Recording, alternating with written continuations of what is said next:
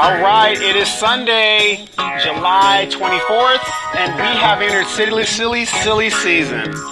But before I start, I want to introduce everybody to my nephew. He just moved here and got stationed at the base with his mother over at March Air Force Base. So he's a military kid. His name is Elijah Josiah Malloyd. This is my older brother's son. And how you doing, young man? Good. Good. How you like California? A little bit. A little bit. You haven't seen enough of it, or what? No. How old are you? 8. You are 8 years old, and so that means what grade are you in? 3rd. You're in 3rd grade. Are you a good student? No. You're not? No. Why? I cheated. You cheated. Oh, do you know you're admitting a crime on the radio? Yeah. Oh, so you want to go to jail? Yeah. Okay, well, I'm going to tell you this. Just kidding. Okay, you better be kidding, because I'm going to tell you this. I know the chief of police in this city. Where's your badge at? I said, I know the chief of police. What's his name? That's Chief Altaveras, Joel Altaveras. And I'm going to make sure he has your name in his Rolodex, so anytime that you get stopped, I get notified, okay? Okay. So, what do you like to do? I hear you're a basketball player. I'm done with basketball. I'm about to go to soccer. You about to play soccer? Well, you know soccer is really, really big here in Moreno Valley.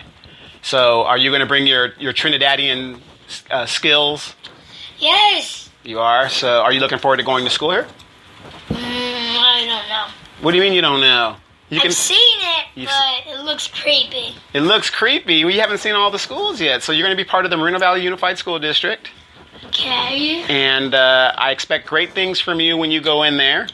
So do you have anything to say to your fans back in Mississippi? No one likes me in Mississippi. Nobody likes you in Mississippi? Why? They always bully me. They always bully? Is it because you're good looking? No. Like your uncle? The last time I threw up, someone died. Someone took my ball and they kept hitting me with my ball, and I threw it at his face, and he started whacking me with it.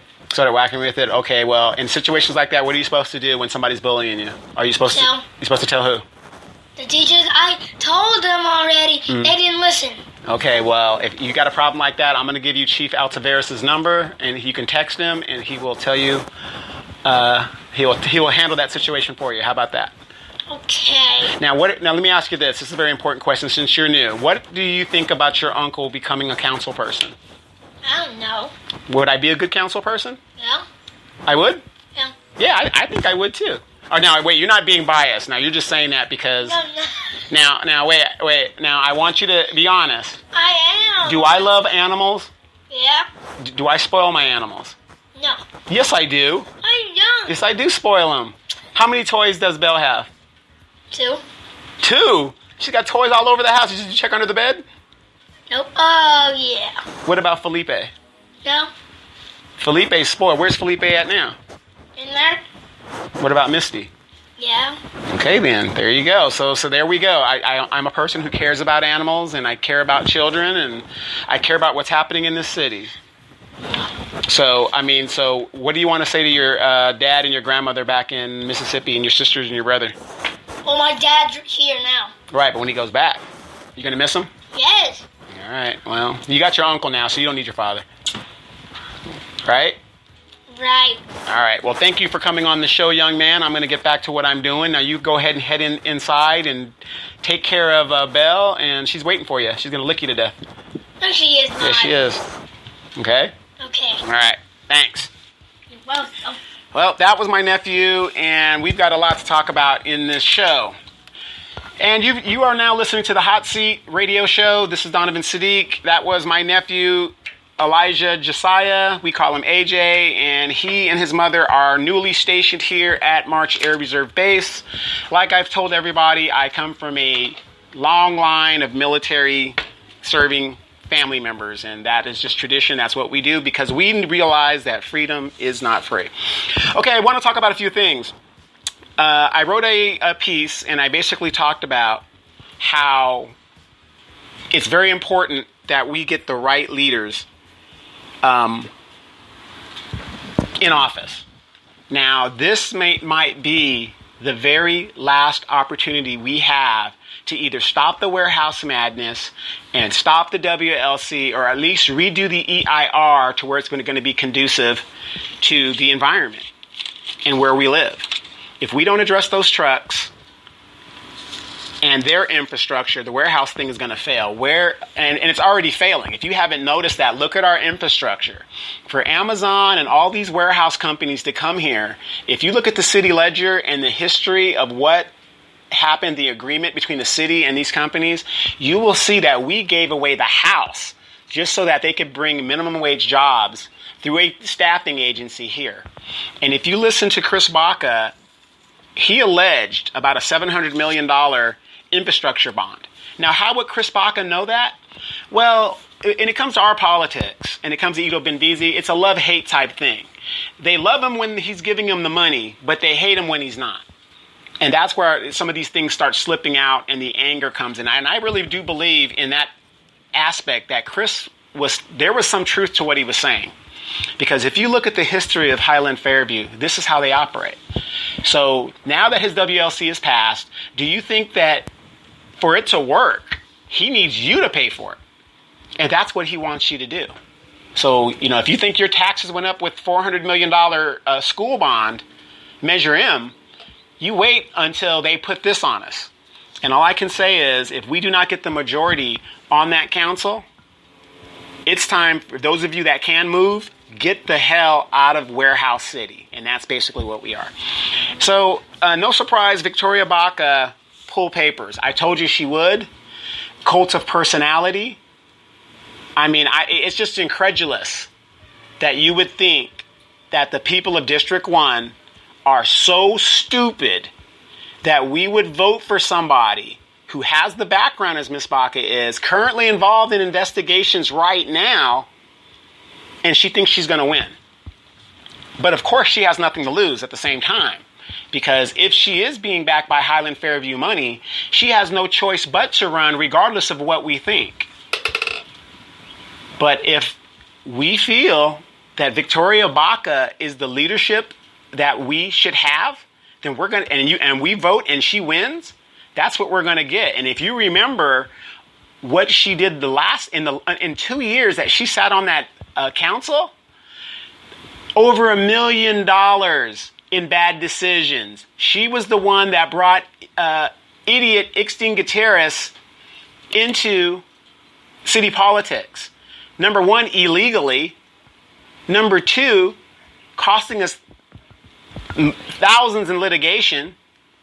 And then idiot Gutierrez, well, if it's found out that I'm not supposed to be there, then I will gladly just leave, and that's the end of it. That's what he said. That's a direct quote. But what did he do? He appealed it until he exhausted all measures to do that too. So you got Victoria Baca, no surprise there. And again, August 5th, this case goes to trial, 8 a.m., downtown Riverside Court Building. Please meet me there. I will be there, and I will cover that. Before I forget, I want also to invite all the candidates to come on the show. Dr. Carrie Thin will be on this show. The Peden brothers have committed to be on the show. George Price has committed. Melissa Martinez has committed. I've committed. A lot of people are going to be on this show, and I want you to remember, ask yourself this question. If you're a candidate running and you don't want to be on the hot seat, what are you trying to hide? Good question. Good question. So, as somebody who worked closely with LaDonna Jimson, okay, she, of course, lied to you and was going to continue to lie to you if it wasn't for the fact that the Bacas were going to out her and she wanted to get ahead of the story. And then she went into her victim mode. I'm going to tell you guys, I have worked with her for 2 years closely than anybody that I'm aware of. And when she got on that seat, she was clueless. Ask yourself, Miss Baca, what have you done about the Box Springs Water Company? And what did she say? I'm done with it. It's up to them. You're put on that seat to solve problems with the community if you need to, or make the decision yourself. just like Victoria Baca, 360 degrees of association. All these people started together. Now, my question to you, Moreno Valley, is this, in District 1. Why would we re-elect a person with a very bad background? An example, Victoria Baca, involved in corruption, continually involved in mess. She had her opportunity in 2 years, and look at the damage she did in just 2 years. Now we have an embezzler bank robber who lied to us, who wasn't transparent. Why would we re-elect her? Let's move forward. Let's find a candidate who's been consistent. Now we have a person. We have 2 other new people. Jerry Mercado, an architect by profession. Now, my question for Mr. Mercado is this, and this isn't a got me question, but here's a guy that has an expertise in buildings. Why, with his expertise, did he not speak up during the WLC wars and maybe point out the differences and the sizes of why this building would or would not work? I don't care what side of the issue he's on. He's a resident expert. He remained silent. Why? He's an expert in that. What side did you actually take, Mr. Mercado, during the WLC wars? Everybody knows what side I'm on. Now, I remember when I first got into the politics, being a new person, nobody knows who I am. Am I Edo plant? Am I this? Or, where do I stand? So it's kind of hard. You might have liked my platform, but you're not sure where I stood. But for 2 years, I've been consistent, and you know where I stand now.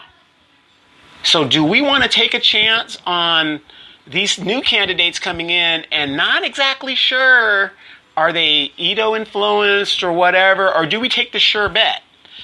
Let's just go with Jimson, even though she's a bank robber, and it's almost like if you don't like Hillary, for whatever reasons, you shouldn't like, it's almost like that. I can't say you shouldn't like Jimson, but I'm just saying, if you're a person of principle, you're going to stand on your principle. Like me, I'm not a Hillary supporter. Number one, I'm not a feminist. Do I believe women should have equal pay for equal work? Absolutely. Do I believe people are people? Absolutely. But you're not going to see me going to a feminist rally, just like you're not going to see me going to a Black Lives Matter rally. I mean, I support what they're saying because everybody's spinning that. What they're saying is they're drawing attention to black men being shot down in the street. Now, we don't have that problem here in Moreno Valley. But my point is, Donovan Sadiq, I vote my interests and what's important to me. And I do not like politicians who play politician.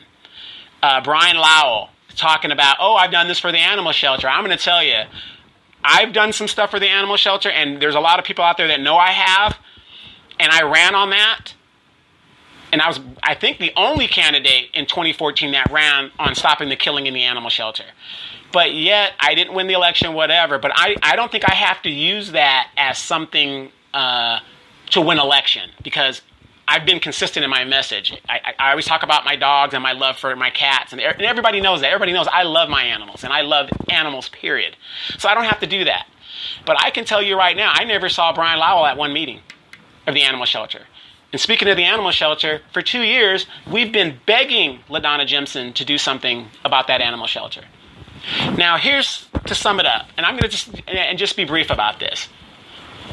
Right now, in our district, you have, I believe, 5 candidates so far that is running. Victoria Bach has been recalled. She's been disgraced. She's a criminal in herself because she was convicted of obstructing a police officer. By definition, that makes her a criminal.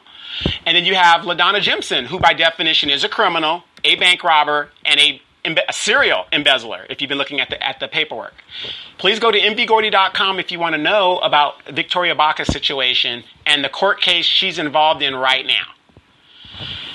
So right now, those are names you need to know. And to me, you would have to be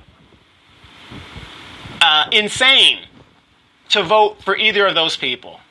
LaDonna Jimson's been on that seat for 2 years, has done absolutely nothing. And I can tell you that when she got on that seat, all her ideas that she claims that are hers, if you look at my old flyer, I've been working with her 2 years. Now, what's the common denominator?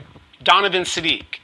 Isn't it funny that her ideas were my ideas, and I've been working with her. So who is really the person that's been getting the job done? I want you guys to think about that. I'm Donovan Sadiq.